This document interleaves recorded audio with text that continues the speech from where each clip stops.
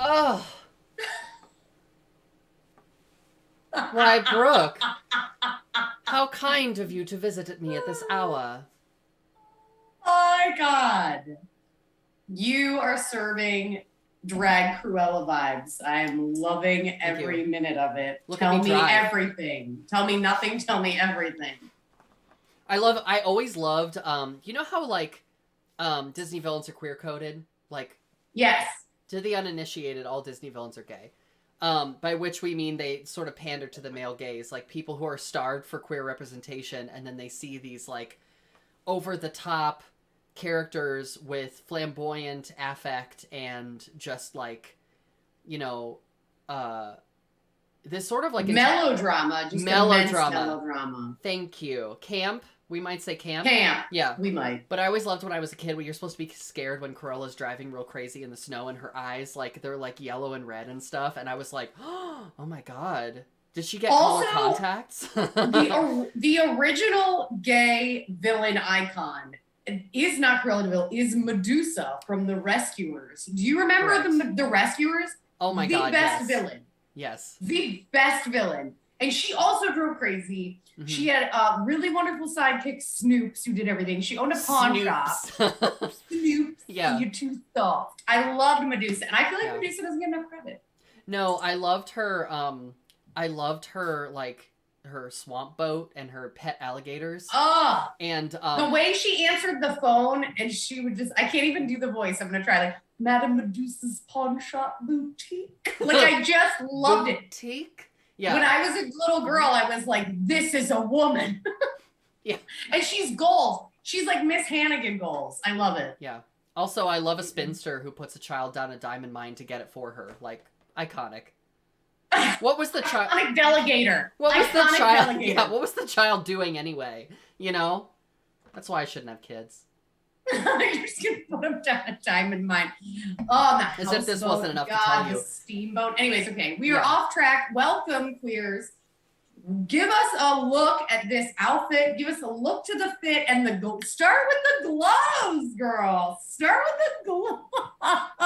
So the great thing about a glove that's this sort of vinyl material is that they're really easily washed. You know. So, whether that's, messy. Mess. It's good for mess. It's good for splashing. It's great for homicide. Really all the messy activities. Anything you can think of. Yeah. So I got these for a Halloween costume, but it's nowhere near there. And so I won't spoil the surprise on that. But I got these for a Halloween costume. They're very warm. So, they're one of those drag items. Heat is like a performer's worst enemy. So let me tell you, if you're gonna wear these, make sure that it's part of a reveal. Like, take them off because. Girl, oh my god, I had like really plastic like vinyl pants for a while, and I would just have like a layer of sweat underneath them when I got home, and I was like, wow, this is not sexy. Oh, sexy tip for a girl in vinyl pants on the go: you take a little petroleum jelly, and you wipe it on your inner thighs. And then you wipe off the excess with a paper towel, and then they don't stick. Girl, I feel like you would have been so useful in my 20s. Anyways. We lived together in our 20s. No, you lived together with me in your 20s, girl. I was an old fucking lady. Well, look how the tables have turned. Oh my god. And just look at me now. Now you're 87. And now I came out of my casket this morning just for this. Everything's 87, but your face is cherubic. Oh, thank you, girl. Breathtaking. The bee venom is working. Yes. All right, give us a tour. Give us a tour of that fit. Okay, so girl, I feel like I'm the next Supreme, and I don't want to hear anything else about it. So I'm feeling very Fiona Good, Jessica Lange, American Horror Story Coven. Love it. This fur stole is great for an evening event. Because no one wears fur stoles anymore, so everyone will be looking at you. I have a fur stole. I love fur stole. Well, you know what I mean, though? Like, people don't No, you're right. They're very chic. They're chic, but frankly, they're too chic for the uninitiated layperson. So if you wear a stole, it is a power move, ladies. Power stole. So do yourself a favor this season and wear you a stole, because then the reveal is like, oh, can anyone take my fur? You know what I mean? Oh! It's very that. Love it. You have Love to- it. Just toss it. Just this. Yeah, toss the fur. Ugh. So we have a fur, and we have a. So, girl, your challenge to me was Matrix, and I didn't really want to do like '90s Keanu Reeves. No, but this is still serving with the vinyl and It's a grid. Look at that Matrix. It's a grid, exactly. So we're going mathematical Hollywood Quite squares literal Matrix. on this challenge. Quite literal, yes. yeah. Which, if you know me, dear viewers, I am nothing if not literal. So, and the great thing about this dress is that it is sheer all the way down. So, And you know what? Our watchers can agree. The great thing about this dress is it is sheer all the way down. And I am here to tell you, down.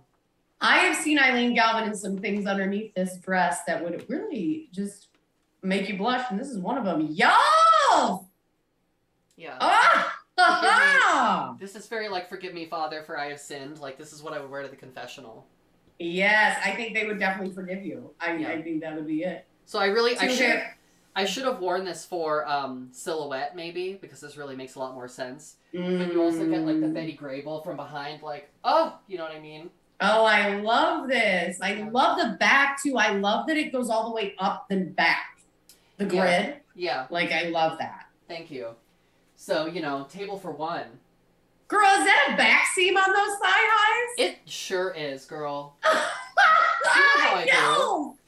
This old thing? Yeah, I like to love keep it. I like to bring back the classics. So you have to have a back seam is very, it's the sign of a lady of quality. I love a back seam. I have thigh highs that have a sequined back seam, and I just like I'm obsessed with them. I'm obsessed. I tried to wear the sequin backside is sequin backside. Very scratchy when you sit down. No, but a sequin scratch. But a sequin back seam is good because they don't rub against each other. Have you ever seen the ones that are like all rhinestoned? Those tights? Oh yeah. They shred themselves up after one wear. I can't.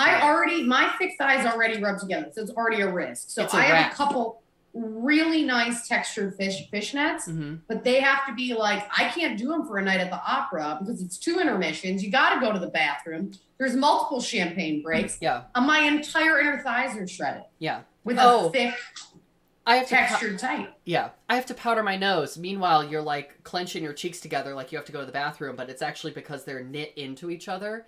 And then you have to like yank the net apart. Oh. And then you've got like holes. You know what? It's just awful. It's all around awful. I really do love the few websites you shared, and dear readers, she'll put them in the chat of some of the best places for tights and fishnets, because you gotta find ones that are practical and then they're worth it. Yeah. And practicality is the key. Some of the websites market specifically for folks who have to wear them on stage, and that's what we love to see. Yes. Because those are the ones that are actually the high quality, and they won't put the sequins on the inseam because they fucking know. Stripper costume outlets is the way to go. There you go. Yeah. All right, so what are we talking about tonight, girl? And show us what you baked, honey. What I baked? Yeah, you mean. So, full disclosure, I did not bake tonight because, listen, the choice was baking or getting ready. And I just really wanted to. I think we can all agree she made the right choice. Yeah. So, apologies, but it's Manhattan's Part 2 tonight. So, but it looks a little darker, or maybe it's just the vinyl. I think it's the vinyl. It's maybe if I hold it like this, it is a little darker today. So it is. Let's just say cheers to the queers. The moon is full and it's almost Spooktober. So cheers to you. We love to see it. So here's one of the things I love. My motion pictures. Here's the thing I love about Eileen. When we live together, and even now, if I'm having a bad day, I can call her when we live together in her 20s. I can call her and I'm having a bad day, and she always knows an astrological reason why. Like, I call you, and you're like, oh, well, who doesn't retrograde or something. Yeah, you know what I mean? It was great. Yeah, you should see what Venus is doing. Like, no, you don't even know, and that's why you suck today. And it was so wonderful to have that. So, girl, why am I in a bad mood today? Tell me. Girl, listen, let's just say that we are shifting into Libra season, and I think that you might be feeling a little bit like out of balance. Here's the thing about me, girl. I appreciate that you're trying to give me these creds, but the core of my practice is actually not astrology, it's tarot. I know, you are tarot adjacent. You're astrology adjacent. You have incredible. Well, I feel like you have a lot of knowledge that yeah. you don't realize is knowledge. Well, thank you. You're being very kind. Well, let me just briefly permit me a moment of indulgence while I talk about get really occult nerdy. I feel like, so first of all, girl, you know me. I'm not trying to summon demons, but I would like to know how. You know what I mean? I'd like to have the option. Right. You'd like to ask Jeeves. You know what I mean? Oh, for sure. Exactly. I would like to know what they're going to smell like, what they can do for me, if they're single, you know.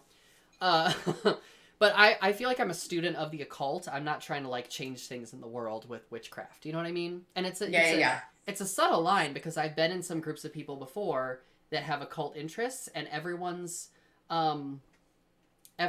like position is slightly different. I feel like you did a little like down like. Mm-hmm. Well, no, but I think I will say in my experience with you in the occult, and we've had such a joyous time. Individual tarot readings, couple tarot readings, group tarot readings, and I really feel like you're an astute observer. Of the energies around you in a way that others aren't, but I don't feel like you're trying to change anything. And I actually really respect that. That's my Pisces moon. Okay, so wait a minute. So I don't know my rising sign because my parents can't agree. Yeah. In case any of my parents are watching, they can't agree on when I was born. There's like 6-hour difference. So I actually don't know when I was born. Yeah. But tell me about the rising sign and what that means. Okay, so my understanding of it, everyone's a little bit different, but my understanding of the sun sign is kind of a distillation of your identity. It's, this is the one that everyone says like, oh my God, I'm a Cancer. Like they mean their sun sign is a Cancer. And that's the position the sun was in the sky when you were born. And it kind of encapsulates qualities about you in any various situations. It's kind of the core of your being. It's analogous, Brooke, because you know about some tarot, girl. You know when you do a 10-card reading, which is like a spreadsheet all about you kind of tarot reading, and you flip over the first card and you're like, this is your position in the universe. Yes. I feel like the sun sign is kind of like that in terms of like, this is the persona that you're likely to use when reacting to stimuli in the world. So that's the sun sign. The moon sign is your emotional valence, and emotions are very personal. They're not always reflected to other people the same way that we think about them ourselves. So it's like an internal sense of what your emotions are doing in reaction to stimuli. Got it. And then your rising sign is the persona that you show to the world, but it's a little bit different than the sun sign. Like for me, my rising sign manifests in that I'm Pisces sun, Pisces moon. So I'm very like lost in another world, get very emotional for no reason, but I don't know how to process them. And I think that's like my sun and moon are my introverted side. And then I have a Aries rising sign, which is absolutely my stage persona, which is like bursting forth, fiery. I kind of think of it as like the launch of a volcano that's like, I'm here, which is why I'm so gay. So all Aries are gay. Well, my Aries rising, that's like me at my gayest, for sure. Yes. Snapping, twirling, shablam, fan kicks. You know what I mean? Big Vita Bohem vibes. Yeah, exactly. Well, pumpkins, it comes down to that age-old dilemma: style or substance. There was never a choice. It was always style. It is a say something hat day. Clearly. Thank you for seeing my truth. I'm really glad the wire in this is holding up very nicely. It has a nice little whoop. I love it. You need to bring it to Miami, girl. Come down to Miami. That dress, that hat. First of all, I'll have you booked on 3 shows in 4 hours. And we'll take Miami by storm. So I'll say hi, gentlemen. So, girl, those gloves, leave those gloves at home. Bring the tool gloves because you'll sweat your fingers off in Miami. Actually, you sweat right through the tool, too. It's better to just come in with the gloves. It's sort of a statement, and then you just take them off. It's fine. But then you have the acrylics, And then tap. Yeah. So, girl, I know you're a Scorpio sun. What's your moon? I don't know what that means. Oh, well. Okay, how do I know? What is it? We were supposed to come prepared. We'll do your birth chart later. It's all good. Well, no, but I don't know my birth chart because I don't know what time I was born. That's my point. We'll figure I it have out. no idea. We'll figure it. We can fudge it. I don't know. I don't know if we can fudge it. We'll try. So let me tell you. I'll tell you the story. Really Okay. briefly. So Yeah. when I was born, my mom was like not awake. It was an emergency situation. She was like in a coma. Oh, It was, wow. like, crazy. Oh my gosh. So I was born super early. I came in super chaotic. Not shocking. And Chaotic energy. yeah. So my dad like made all the like medical decisions. He was there, right? And like had to make the choice, like who to save, and super dramatic all things, right? Yeah. So I talked to my dad, and I was like, when was I born? And then I talked to my mom. She's like, no, you were born at this time. And they can't agree. And my dad's like, you weren't even awake, to my mom. You don't know. You don't know. You know. Someone asked me was on my birth certificate. And I was like, I don't know what my birth certificate is. Who do you think I am? I don't know. What do I look like? The keeper of the records? The keeper of the pages. Girl, I feel like I would trust you more to tell me those things than I would anyone else, and I have no idea.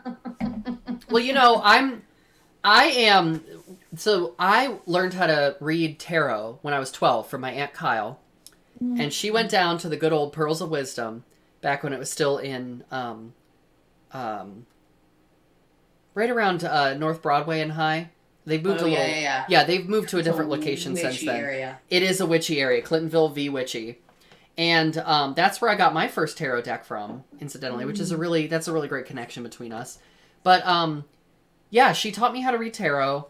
I didn't really do much with it until high school, and then I really picked it up again. I started reading about it, and I was really into it. And yeah, I've been reading cards ever since.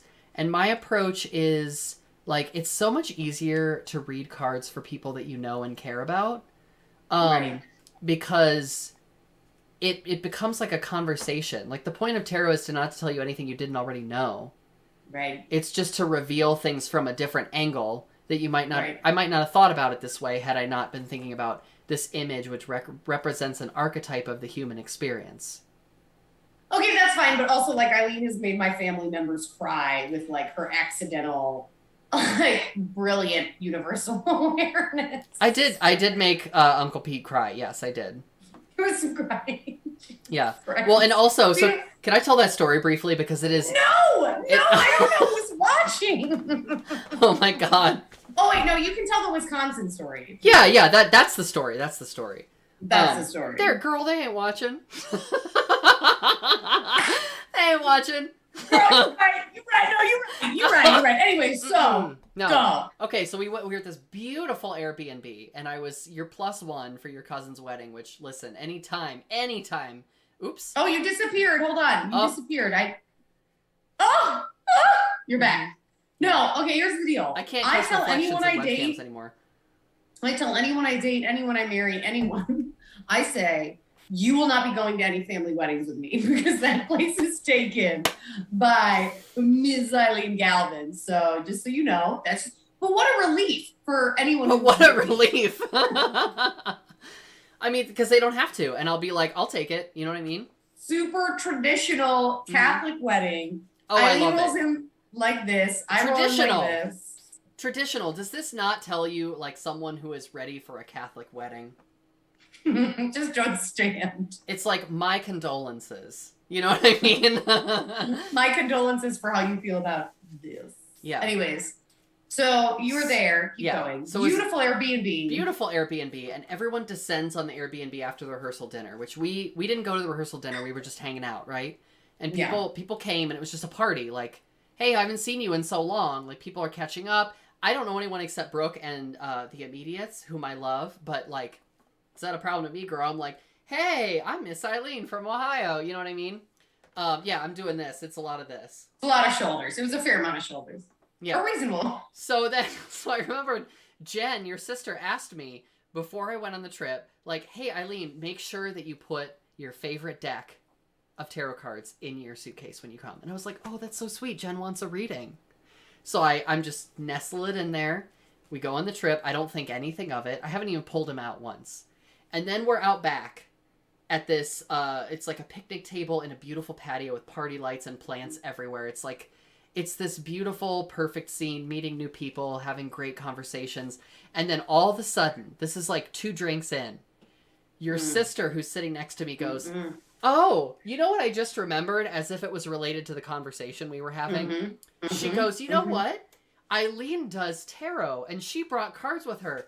Eileen, could you go get your cards and do readings for everyone? And I'm like, oh, so that's what that was all about. Jen, my sister, a Virgo. Anyways, keep going. Yeah, she's all about the little moments. She's biding her time. So I go in and get the tarot cards. I'm a good sport, right? I'm like, I'll get them, but I don't know if you guys are ready for the aftermath. You know what I mean? She read the filth on my entire fucking family. My entire fucking family. Oh my gosh. So much so, someone refused to sit down with her. Yeah. When I saw, there was another uncle who was very, very skeptical. That's a great word to put it. It's fucking scared. Your family is great because they want really hard to believe that they're open. You know what I mean? Oh yeah. Like, we're open to it. We're the cool Catholics. But we're also terrified. So yeah, one of your uncles was the very first one I did a reading for, and I said something like, you know, there's some coping mechanisms that you've been relying on for a long time that you're going to need to evaluate and change, or else they're going to be really harmful to you in the near future. And just cry. Just tears. And I'm like, it's a party! Like, okay, I am and I'm like, I am Pete Linda Belcher all the time. Here's the thing about Eileen, and I will say this, is like, you know people, so of course the readings are easier, but I think you were also in a really good like vibe that day. So let's talk about, let's do a quick reading for me. Let's do a 3-card. Okay. Tell us about the deck you have. Okay, so my favorite deck right now is the Tabula Mundi by Mel Meline.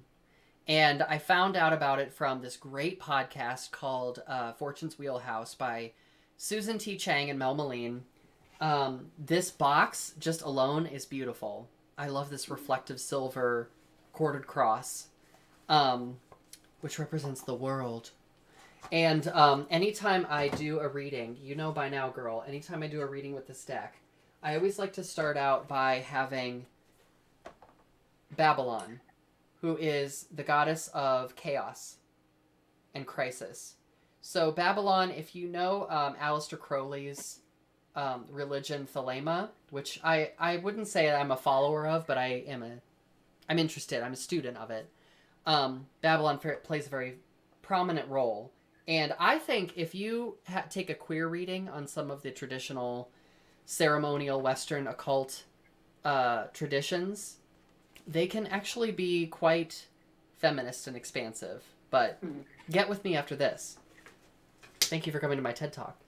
So, the Whore of Babylon is always watching over us. Yes, she is the Whore of Babylon that rides the beast with 7 heads, and she has a cup that contains all of the souls of the men that she has taken. Well, we've all been there, girl.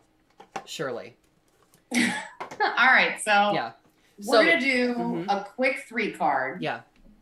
So let me walk you through a 3-card. For those of you who don't know, a 3-card is a traditional reading that is a snapshot in time. So there's one card that represents the past, there's one card that represents the future, and there's the past, the future, and the present. There we go. Yeah. So that's what we call a callback. Flounce. Ruffle and flounce. So, the 3-card is a really good reading to just get a handle on what's happening in my life right now and what should I be prepared for. So, love it. What I always ask, girl, here's the whole deck, which let me show you the art on the back of this because this is, I love it. It's got the triangles that say abracadabra on it. It's slightly reflective, so you all at home that like Lisa Frank Trapper Keepers, there's something for everyone. Yeah, that really is. Yeah. Love it. Beautiful. Okay, so girl, how we usually do this for our viewers at home is I want you to give me the first number that comes to your mind. Because we were thinking about Catholicism and my family, I went to 3. Father, Son, Holy Ghost. Yes. 3 is a very powerful number across many human traditions, not just Christianity. I always liked that it was like 3 gods in one, like a 3-in-1 shampoo, body wash, and conditioner, you know? In astrology, there are 3 modalities for every sign. Not for every sign, I'm sorry. There are 3 modalities to every element. So if you know the traditional alchemical elements are earth, water, wind, and fire, and you get 3 modalities for each of those. So you have the cardinal element, which is like the beginning of the element. It's like water bursting through the earth, or when you strike a match to create a flame. And then you have the fixed element, which is like when it's been happening for a long time. And then you have the mutable element, which is about to change into the next element in a cycle. Cool. Yeah. So that's what 3 represents, sort of like in the Western occult. Along with the Father, Son, Holy Ghost, the triple goddess. There's a lot of like 3 incarnations of a single god in one. Right. Okay, so girl, this part's difficult because normally I would give this deck to you and you would cut it. Meaning manipulate it with your hands. So what I think we should do is I'm going to start cutting the deck and you just tell me when to stop. Okay. Okay. I'm going to close my eyes, so I'm just going to feel it. Okay. You get all the crinkly sounds of the vinyl gloves. Crinkles. Crinkle cranks. ASMR.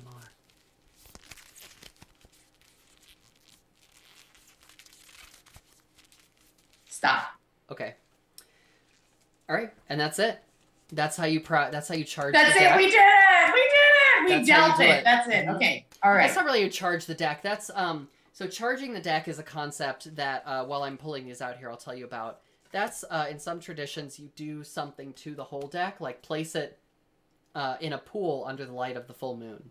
You know, that's one way you might charge a deck, and then I like to think of shuffling and cutting the deck as priming the deck for the current reading. So you could have charged the deck last night. I could have, but I didn't. Okay. Yeah.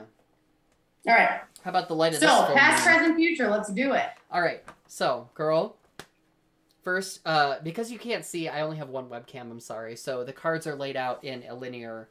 There's like 1, 2, 3 right in front of me. Perfect. So the first card that we're gonna draw is the past. Okay.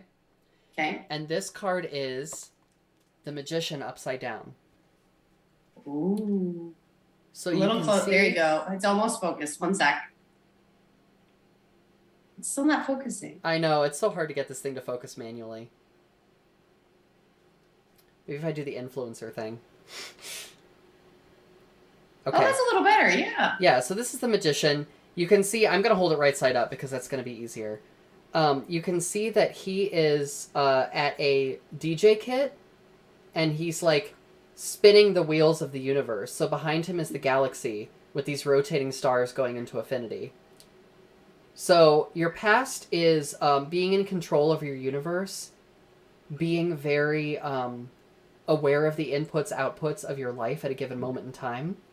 And the reason that I think it's upside down is because you have moved to a new place and you are still trying to do the work of finding a new community, a new set of friends. You've just started a new job. And so that work can be very challenging.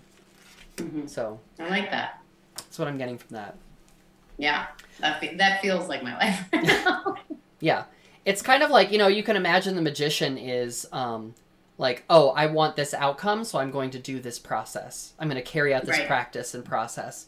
And but upside down is like reverse when I moved here. Like I just literally like I moved here.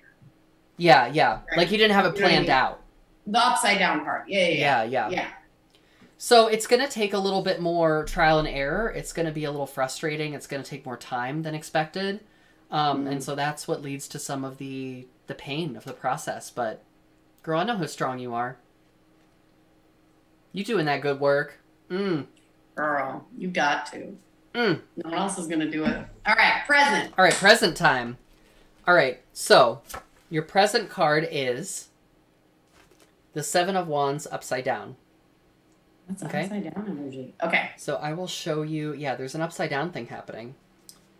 So, okay, this is Mars and Leo, and you can see there is a tiger and a chimera. Yeah. I think it's a dragon. It's holding an orb, so I think it's a dragon.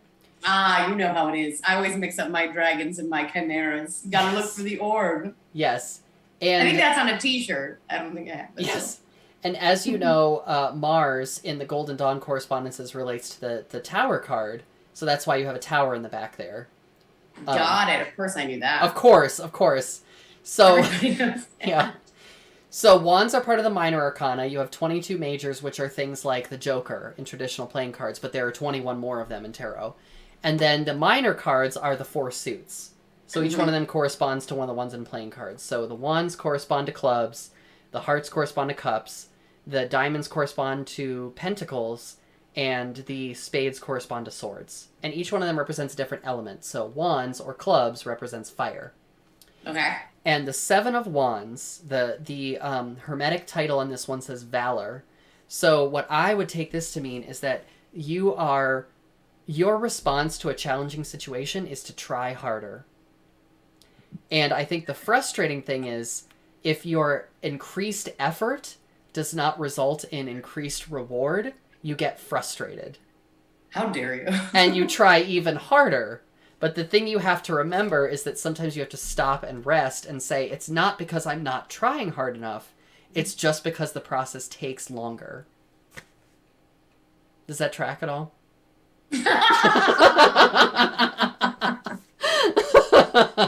Not at all. No. Maybe if I try harder. Okay. Yes, I hear you on that energy. Yes. All right. Give me my future. I'm ready. Okay. This is the most exciting and terrifying card of a 3-card reading. Yes. Okay. So we're gonna my bra for a 12-year-old. You gotta have a straight bra for the end of a reading. It is it's a requirement. It is a requirement. Okay, so we're gonna look into the future, and the card that we're looking at, here's your future, is also upside down. Jesus. And it's the 4 of Cups. So I'm gonna show it to you right side up. The 4 of Cups shows the 4 major ooh, that was a good focus. Oh, what a sexy focus! Yeah. It shows the 4 major phases of the moon, new, first quarter, full, and last quarter. And it is the moon in Cancer, so you can see that the hermetic title is luxury. Mm-hmm. So I think what this means for your future, this is the opposite, element. Yeah, look at that difference. Yes, it's very, very different.